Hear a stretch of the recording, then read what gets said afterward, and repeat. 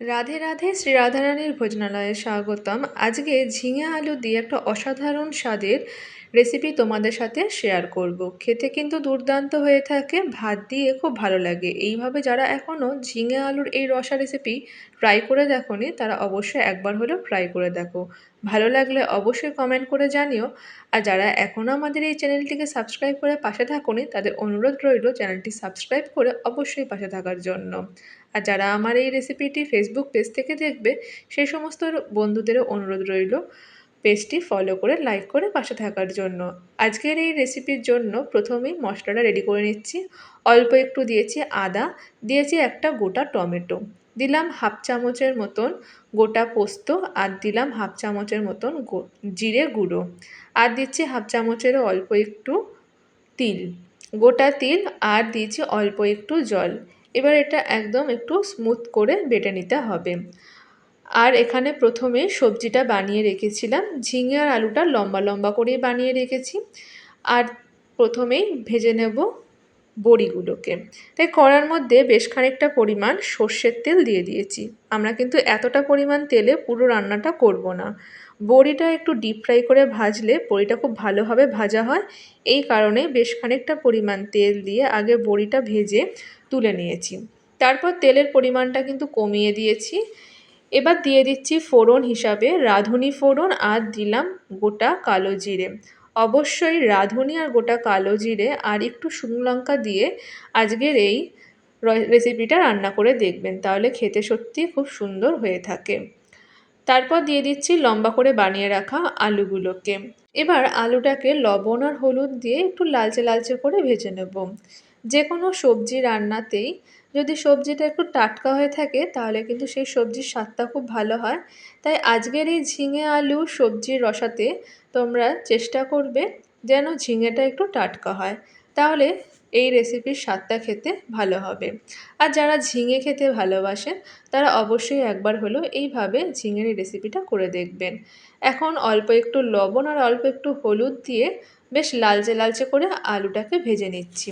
প্রথমে ঝিঙেটা দিইনি, যাতে ঝিঙেটা দিলে যাতে জলটা না বেরিয়ে আসে, এই কারণে আলুটাকে আগে একটু লালচে লালচে করে ভেজে নিলাম। এরপরে দিচ্ছি ঝিঙে। ঝিঙেটাকে দিয়ে এখন আরও 5 মিনিট নেড়ে চেড়ে রান্না করে নেব। এইভাবে রান্না করলে ঝিঙের মধ্যে থাকা যে কাঁচা গন্ধটা সেটাও অনেকটা অংশ দূর হয়ে যায়, আর ঝিঙেটা থেকে কিন্তু সহজে জলটা বেরিয়ে আসে না। এখন ঝিঙের সাথে আলুটাকে খুব ভালোভাবে আরও 5 মিনিট নেড়ে চেড়ে রান্না করব, আর গ্যাসের ফ্লেমটা একটু জোরে দেওয়াই আছে, তাতে ঝিঙেটা একটু ভাজা ভাজা হয়ে যাবে। বেশ কিছুক্ষণ ধরে ঝিঙের সাথে আলুটাকে নেড়ে চেড়ে রান্না করে নিয়েছি, আর ঝিঙেটা কিন্তু একটু একটু নরম হয়ে গেছে। এবার দিয়ে দিলাম বেটে রাখা সেই মশলাটি, যেটা প্রথমে রেডি করেছিলাম। এখন এই মশলাটি দিয়ে আরও কিছুক্ষণ ধরে এবার রান্না করে নেব। আর দিয়ে দেবো স্বাদ মতন লবণ আর অল্প একটু হলুদ। মশলার মধ্যে যে মশলাগুলো দেওয়া রয়েছে সেগুলো দিয়েই আজকের এই পুরো রান্নাটা হয়ে যাবে।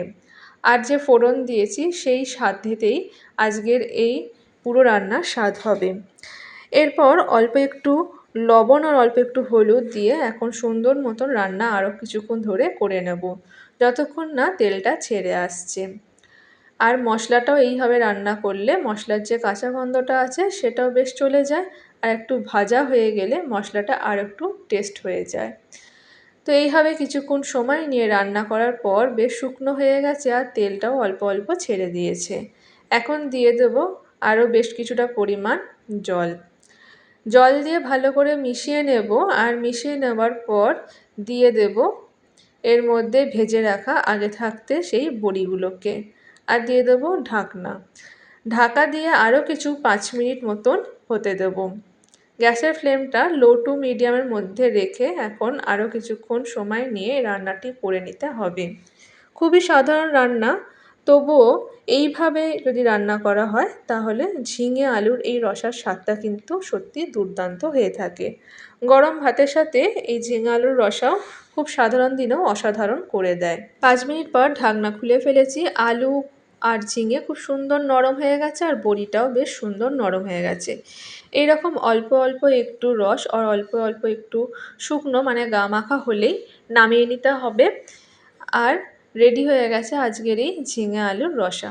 ভালো লাগলে অবশ্যই লাইক করে দিও আর কমেন্ট করে জানিও কেমন লেগেছে এই রেসিপিটি। আর যারা এখনও আমাদের এই চ্যানেলটিকে সাবস্ক্রাইব করোনি তাদের কাছে অনুরোধ রইল চ্যানেলটি সাবস্ক্রাইব করে পাশে থাকার জন্য।